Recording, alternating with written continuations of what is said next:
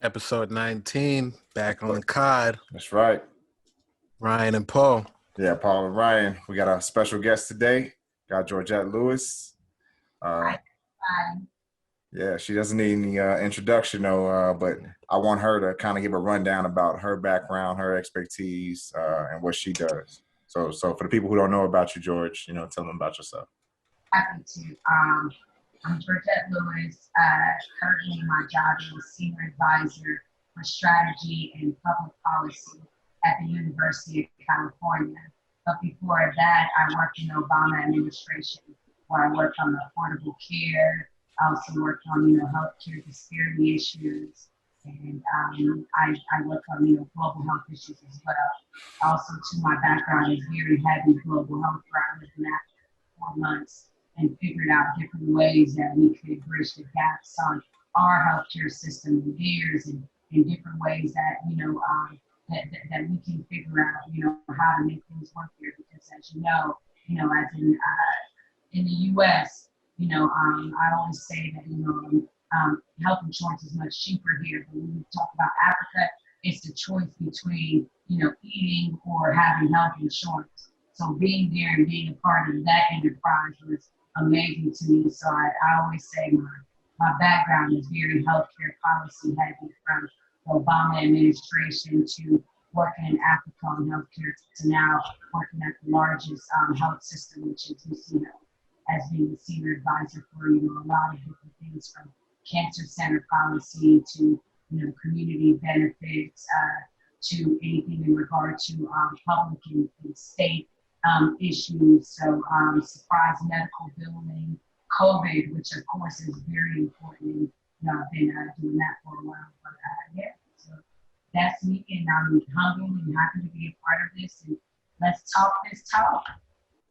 Yes, sir. Yeah. You kind of mentioned something when we talked last time. You were saying that one of your hospitals or one of you guys' practices was the first one to intercept a COVID case, right? Yes, that's true. So I think before, when the COVID, when COVID first happened, it was two different situations where, they would say, if you had COVID or not.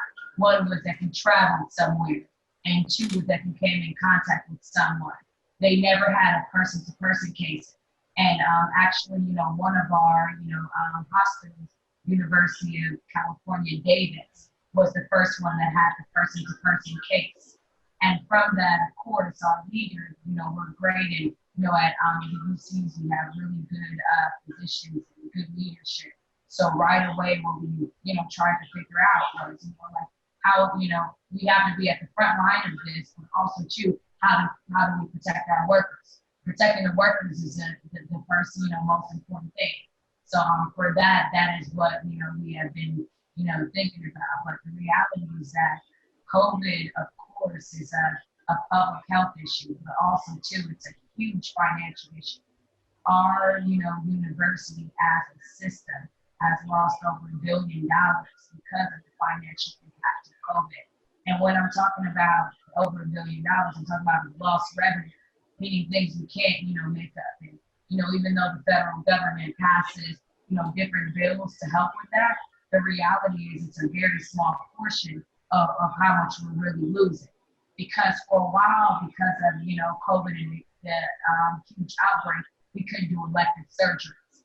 And that's how you make the money, when you're able to do those surgeries. And also, too, at the very beginning, we were having people that, had encounters with, people that tested positive. And because of that, we had to furlough them for 14 days.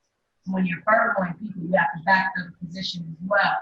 So, it was, we're still in a tough time, I would say, of, COVID and figuring it out, but also to making sure that, protecting our workforce is the number one thing. That's our number one, concern. It's the patients. It's making sure that they have the access, and it's protecting the people that we have, working within our hospitals. Yeah, the election is tomorrow. I mean, everybody knows that, right? The election is tomorrow, and I've heard people say things like, "Oh, after the election, COVID will be gone. Like it'll be gone." Which is ridiculous, right? Let's start here for the listener. Did everyone on this call vote? Yeah. Yep. Absolutely. Voted, Ryan, you voted, Paul. Yes. I did early mail-in vote, but as we all know, Illinois is one of the states that's very important. So like, it makes me happy to know that you guys voted. But I think that COVID is not just on the agenda. COVID is on the agenda. Healthcare as a whole is on the agenda. Healthcare is, the economy is on there. Anything, in regard to education is on there. So like and also too, like, let's not talk about, let's talk about the injustices in the Black community and making sure that people are showing up for us. That's on the agenda as well. So when we think about the election and, the things that, we want to see in a lawyer and, with complete transparency, hashtag Biden and Kamala, I really feel very strongly that they will be able to, provide us with what we need. They'll be able to fix not just the COVID problem, but the bigger problems with healthcare, and I do believe that we fix a lot of that in the Obama administration. But what I do believe is that they can continue what we've already done.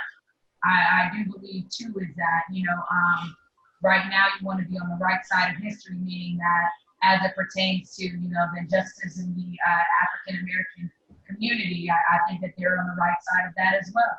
As it pertains to education, as it pertains to taxes, I think it's all on the right side. So, election is tomorrow, and I do feel that it is bringing a lot of anxiety amongst so many people.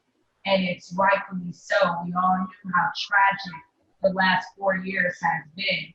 And because of that, it's caused so much anxiety with so many people. And I'm anxious myself. I think that's a human feeling. But I also too say, your vote should go to the person that you believe in and you trust in and you know will do the right thing. And it's also too, like what I said too, I'm voting for human decency. Not just intellect, but human decency as well. And in the last 4 years, we haven't seen that. Mm-hmm.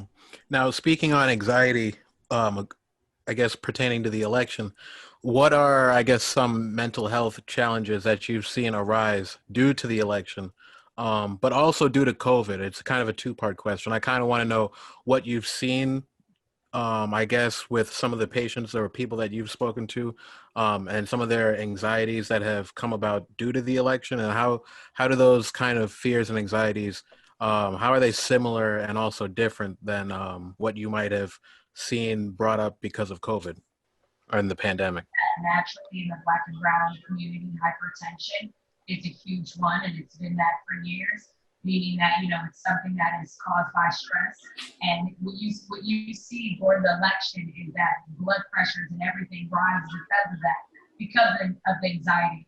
And I think that what we've also seen in the Black and brown communities as well is we've seen people, have, high blood pressure and so much anxiety of not being able to, pay their rent or pay for groceries and so forth, because so many people have been laid off because of COVID. So I think when we think about the election and we think about COVID, we are really fighting for our democracy, and we are really fighting for, for people to have, like just necessary things and needs.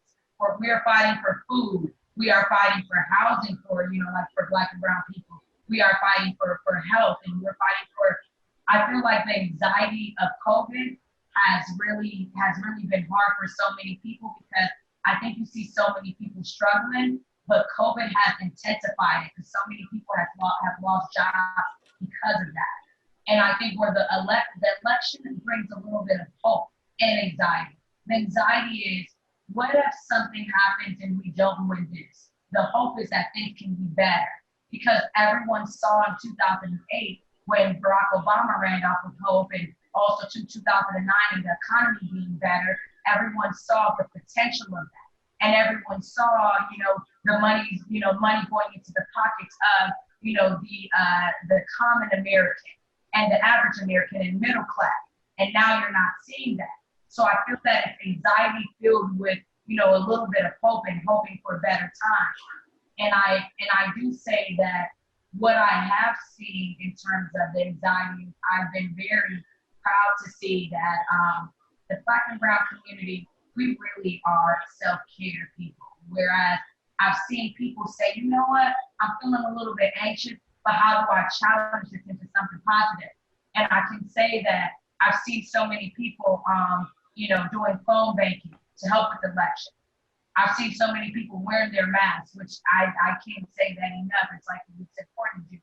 But I've also too seen, like so many people, realizing that, and it's a quote that I believe that I can't even say who says but like, I think actually who says it quote is Martin Luther King. It's like, like if you're silent on an issue, you're part of the problem.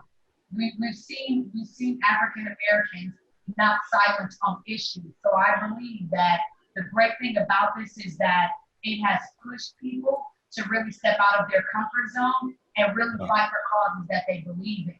So I feel like we are anxious, but we still have hope, which is a good thing.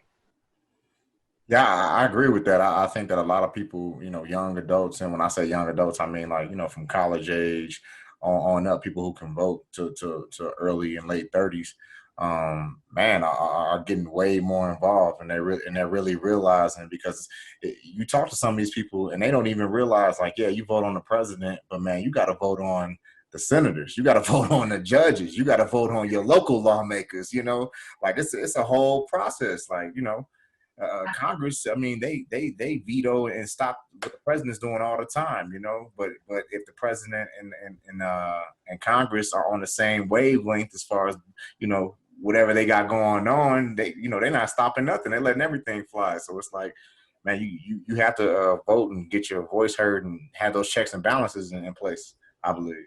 And I think you make a good point about how the presidential election is important. But where we also want to, where we don't want to forget is that there is power in voting for these, local offices as well, because a lot of them are making the calls, these, state positions that they have, from state senators, to governors and so forth. So my thing is, when I don't see people voting, I am saying like, you must not want the best for yourself or the best for either your kids or, kids after that. Right. So I think you raise a good point in that, it's not just about the presidential election, but it's also getting to know who your local congressman is, getting to know who your alderman is, and also see what their policies are and being at the table for those, and ensuring that like our voices are at the table. And even in my own current job, I constantly say that as well, is that my job as a Black, young woman is not just to voice my opinion on, on COVID issues or other issues. It's about issues on things that I believe could, help our community progress. That's what it's about. You're at the table to make a difference. And even with voting, it's like, we've had, our ancestors that fought to ensure we vote. So like, who are we to sit on the sideline and not vote for, which, is, an election that, is really important for all of us, Uh-huh. Yeah, my bad. I just wanted to add on to the election and obviously kind of focus on the Black and brown communities. We see Kanye West getting involved, and a lot of people are scared that he might split the Black vote. And now we see, 50 Cent putting out his comments on Biden's tax plan, or what he thought Biden's tax plan was, and him throwing his support behind Trump, or even Little Pump now throwing his support behind Trump. What is your opinion kind of on these entertainment figures in our community speaking up, and not only them speaking up, because everybody, I guess, deserves an opinion, but when they do speak up, having the masses kind of say, oh, they're going to split the Black community's vote, or this is detrimental for the Black community, as if these are our only leaders, or we are just programmed to follow anybody who looks like us, who's famous. I'm going to say shamelessly, I do follow the shade room and all of the craziness that goes on. So as you are fitting this stuff, I am like, oh, I read that. Let's first talk about Kanye. I was very disappointed to see that Kanye would get into the race, and one, not as a serious candidate. I do believe that people have something, everyone has something to bring to the presidency, and it could be good. But to join the race late, it shows a sort of arrogance, that he has about himself, or he didn't feel that he should be on a debate stage or get the right amount of votes to be considered a nominee. So I do think that it is taking away from the Black votes, because I think, just to be very honest, is that we have people that, just see Kanye for himself and love him as an entertainer, but doesn't realize that, if you're voting for Kanye, even in the sense of Kanye doesn't win, because, Kanye doesn't stand a chance, and half of these states, he wasn't even able to be on their ballot. He's not on the ballot. Yeah, and that's a fact. So we like to talk about facts, but the real fact is half of these states, he isn't on the ballot. What he's doing is he's taking away the attention of what really matters. So all of the chaos and confusion that he's causing is taking away the attention of what really matters, which is we need to get Donald Trump out of office. What I feel like he's doing is he's helping Donald Trump, and that's where it becomes problematic to me.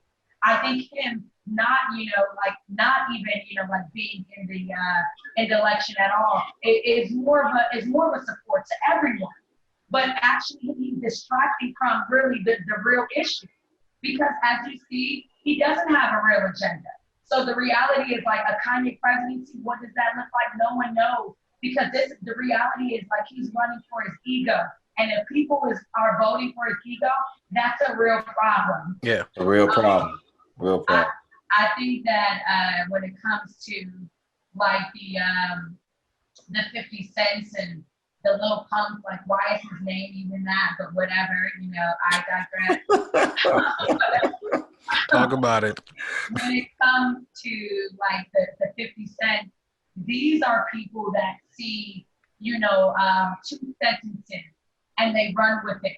So they don't even read issues on their own. So what they saw was a tax plan by Joe Biden, and what they did was they ran with it. They said, oh, he's gonna tax us, and not really knowing the real facts of it.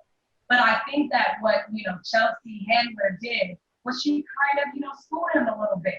She's like, this is what he's gonna do to people that, that are making this amount of money. And I think you agree with that. And he did. I think he ended up retracting his statement and saying he agreed with it. But then you have the little Wayne that's standing by Trump. And what they don't realize is by doing things like this, it's feeding his ego. And even though the little Waynes and the Ice Cubes are meeting with him and they think that they're pushing the Black agenda, what they're really doing is hurting him. Because any time that they are pictured with him or even commenting on any issue, he is using that. And he's monetizing it, because people are going to continue to give him money, thinking that now he has the Black votes, and he's also using it for his agenda. But we gotta be smart here and realize that we have, a president that is currently in office that is using anything for his benefit. So these little things that he's doing, we can't let it distract us from the real problem and how he hasn't shown up. He hasn't shown up on COVID, and over 1 million people have died. He doesn't trust the scientists. These are facts. He said he's so much for the Black and brown community, but he hasn't sent out a second stimulus check. He said he plans on sending it out after he wins the election. So everything for him and how he's going is off of votes. It's not really for the people. And we don't want to forget his famous statement, which is, Proud Boys, back down and, and stand by. That right there tells you everything you need to know about Trump. My thing is that when someone says things when they're unscripted, those are their real feelings. That's it. Yeah. I think that everything you just said and what we were talking about previously, it's chaos, right? But I think that it's good for us. And I'm going to tell you why I think it's good for us. It's good because now, because a lot of people are like, nah, I don't like it. I don't like his rhetoric. I don't like what he says, right? But to me, it's like, man, let the white supremacists come out. We want to see that. We want people to see that. We want people to see people for who they are. You see what I'm saying? Just like they're seeing us for who we are, right? We're not going to stand for it. We're not going to stand for it. And it's like, and they need to know that. You know, Yeah. I feel like America, like this has been like this has been a vodka shot for the whole country. You know what I mean? Like, man, this is really still out here. Like, this is really what it is. And I mean, you know, gift and a curse, just like you said. Like, no, I mean, COVID-19. You know, rest in peace to all those people who were affected by it and still affected by it. And we're obviously working on that. But I mean, I think that this is like 2020 has been like a momentous time in our country's history, like across the board. And Yeah. yeah, and even what you were saying, I want to ask about because you were talking about like how jobs were affected and how you know mental health and everything, and you not only being a person, you know, a Black person, but being a woman, like how has it affected women in your field, or from what you see it from your perspective, you know, because me and him could talk about it all day, but we're not women, right? And that's what needs to happen. More men need to listen to more women. So from your perspective, like how has this affected the woman community, you know, regardless of color? Yeah, I think that's a good question. I think that how it has, I think COVID in itself has just like impacted us, you know, like tremendously because it's something that we didn't expect, and it's really taken over, us, and it's taken over our race. How has this affected me as an African American woman is, I think that when Black women show up, people always expect Black women to be fixers. And it's the truth. You know what? Like people, like the reality of it is this election. How are they going to win this, election? Black women don't show up to vote. Even this COVID, issue. How is it going to happen? Black women, will do this. And I think that I took talk to myself as a Black woman. I don't mind being in the struggle and carrying the weight with others, but it is a heavy weight to carry, and it has been. It has been a heavy weight to carry for the injustice in the community. It has been a heavy weight to carry, in regard to COVID.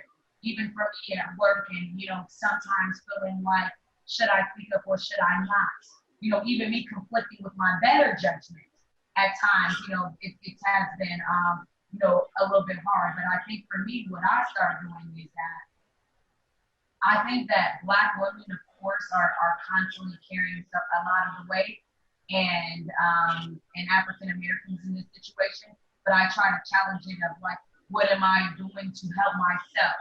Because guess what? We are going to continue to be burned out unless we realize that we have to like prioritize ourselves and self-care. So for myself, what I do is like every morning I journal.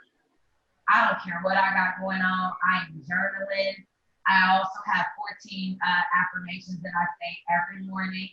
And it's really just feeling myself before the world attacks me, or before people at work attack me or anyone. I am like, let me fill myself up with what I need. And then it's other things I do where it's like I work out with a trainer twice a week. It's like it's really crazy time, 6:30, 7 o'clock. But I do that because I know that's what I need for myself. And then like every Sunday I listen to TD Jakes, because shout out to TD Jakes. Like TD Jakes has really been the healer in all of this. And I think that everybody has to have a foundation of something. And that has been my foundation that I go back to. So I listen to him every Sunday, and I'll cook something and I'll clean. I think we have to, the reality is that I don't even want to make it a woman issue, but I agree with you that only I can talk about what I'm going through. But like the reality is that this is a tough time for everyone. And I think that what we really need to focus on is, we're going to be here for a minute. Like even my job, they said that we wouldn't physically be able to come back in until June 2021. And the reality is like, that's a long time. That's over a year since we've been working from home. But I think what we really need to do and channel it is like, how do we take care of ourselves? Because maybe this is a chance where it's time for us to stop and reflect and say, you know what? We've been making sure this person is okay or this job is okay, but haven't been pouring enough into ourselves. So I've been trying to remember that for myself and hold myself accountable.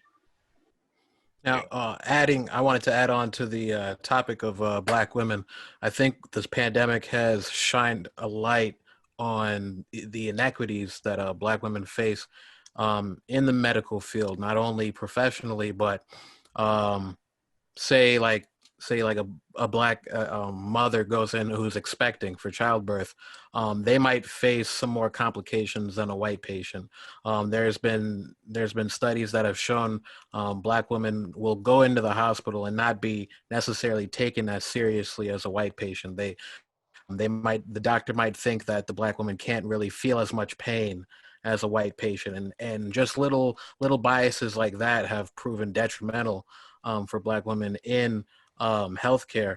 What, if anything, what are you doing in your line of work, in your position right now, to kind of keep that light and keep that focus on those inequities and help make healthcare a safer industry for black women?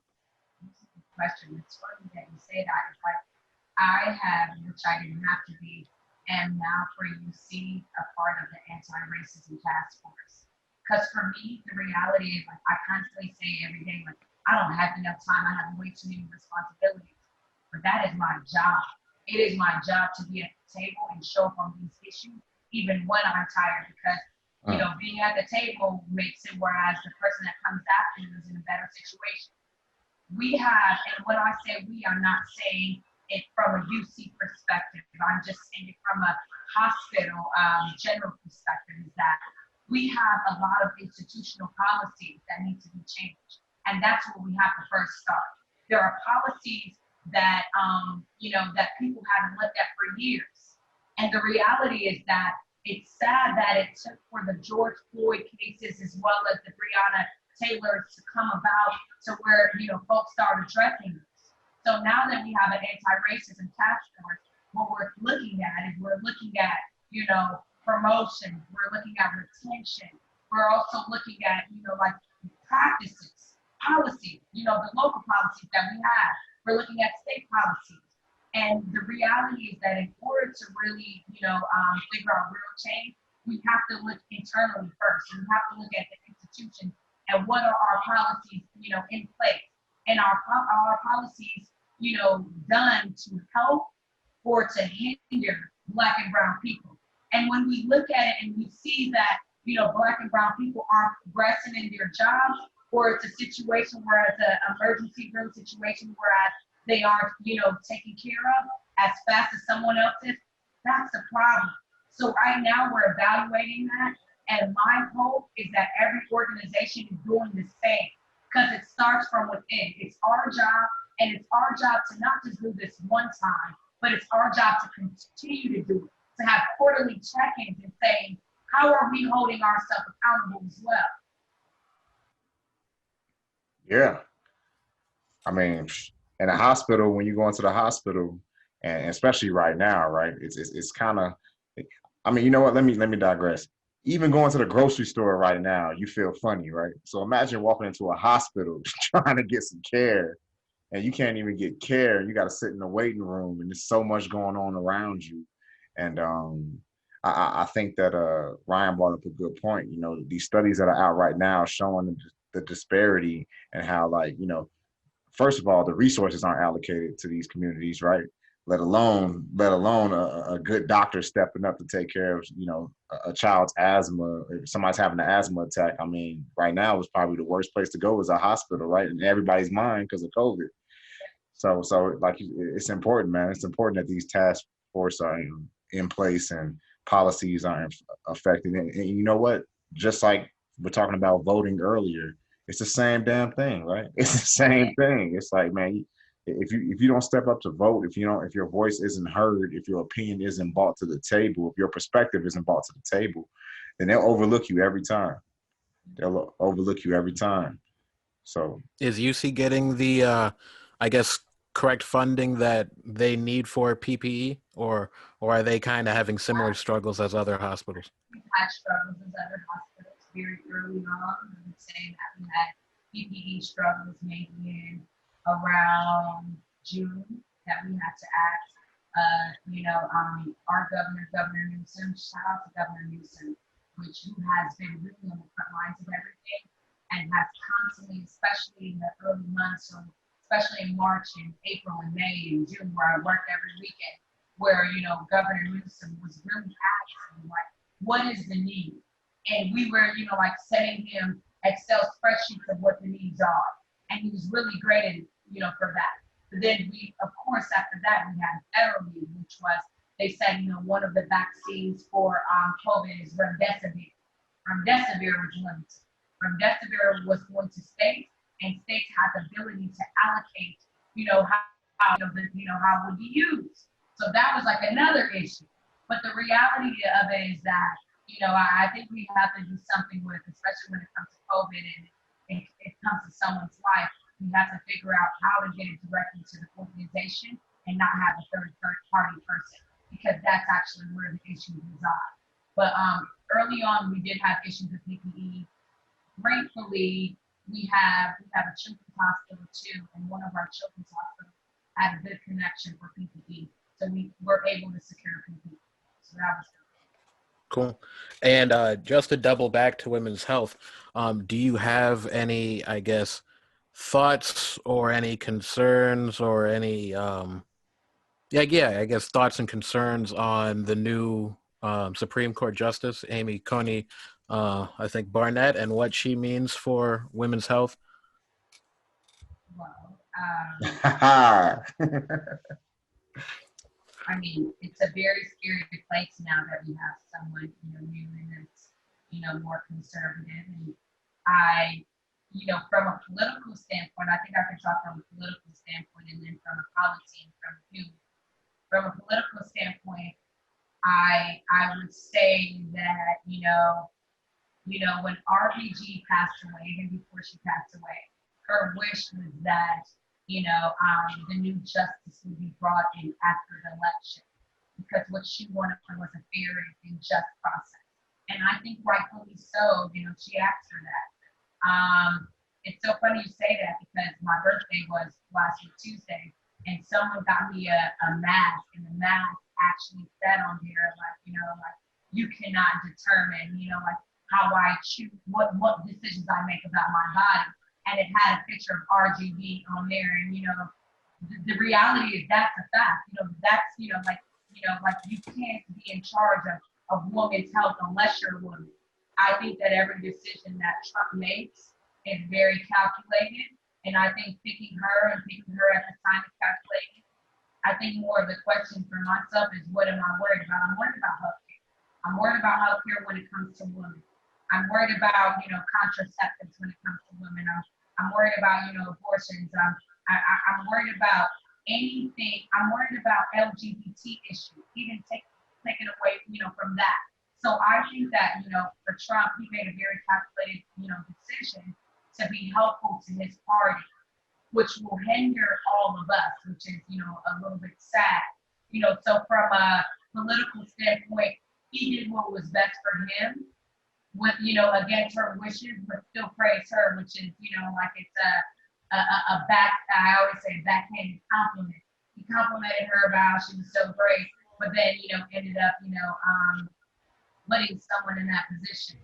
I think that's the political thing about it. The policy point is that you'll have to be worried about a lot. LGBT issues, one of the greatest things that we passed in the Obama administration was that, transgenders were able to use, the bathroom of their choice. That was one thing that I believe we were really proud of that, and that they were also able to be in the hospital room with their significant other. Those are things that will get undone because this person has been put in place. And there are things, in terms of women's health, that we need to worry about, ACA, the Affordable Care Act, which a lot of the Affordable Care Act was, that helped women, the pre-existing conditions, one, but also two, abortion, the woman having the right to, have an abortion, also two, contraceptives and so forth, where, in the Obama administration, we paid for contraceptives. So I think from the policy standpoint, we have a lot to worry about. We have a lot, and that's exactly why it is very important for us to win the Senate and the House. So, but still then, it can be problematic. And I think from the personal standpoint and the human decency standpoint, I think that, during an election cycle, the fact that he rushed through this process says a lot about him. but it's nothing that you're surprised about because that's what he does. He makes decisions based on, you know, he makes selfish decisions and also too based on his base. So he's always appealing to his base. So, it's a little bit unfortunate, but I think we are all going to be here for the fight. And for me, I will be, when there is a Biden and uh, Kamala president, I will be working the transition. I'm not sure if I will go back to DC because I really love California and I love UC. UC and UC has been a great institution, but I do believe that we need all hands on deck for the transition because there will be a lot of ongoing things that we've done. It's a fact. Yeah.